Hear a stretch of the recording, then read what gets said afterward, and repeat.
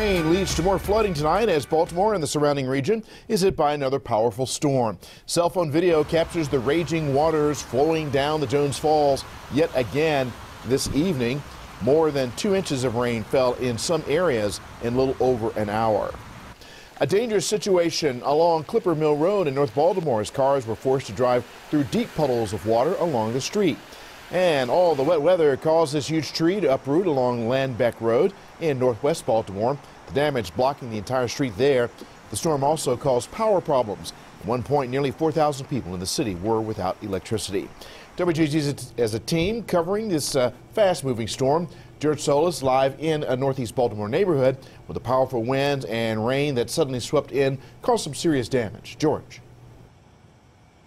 That's right, Vic. Still no word from the National Weather Service whether or not this was a tornado that touched down here, something that many out here speculate. But the aesthetic here is just like what you see behind me. Several trees that look like they were just plucked from the ground. Amazingly, there have been no injuries.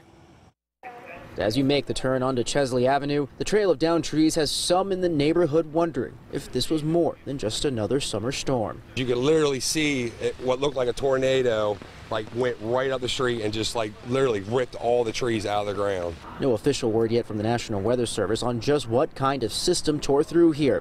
As far as people like Carol and Dallas are concerned, it's just a miracle no one was hurt. Normally my mom be sitting on the porch, so I'm glad she wasn't out there.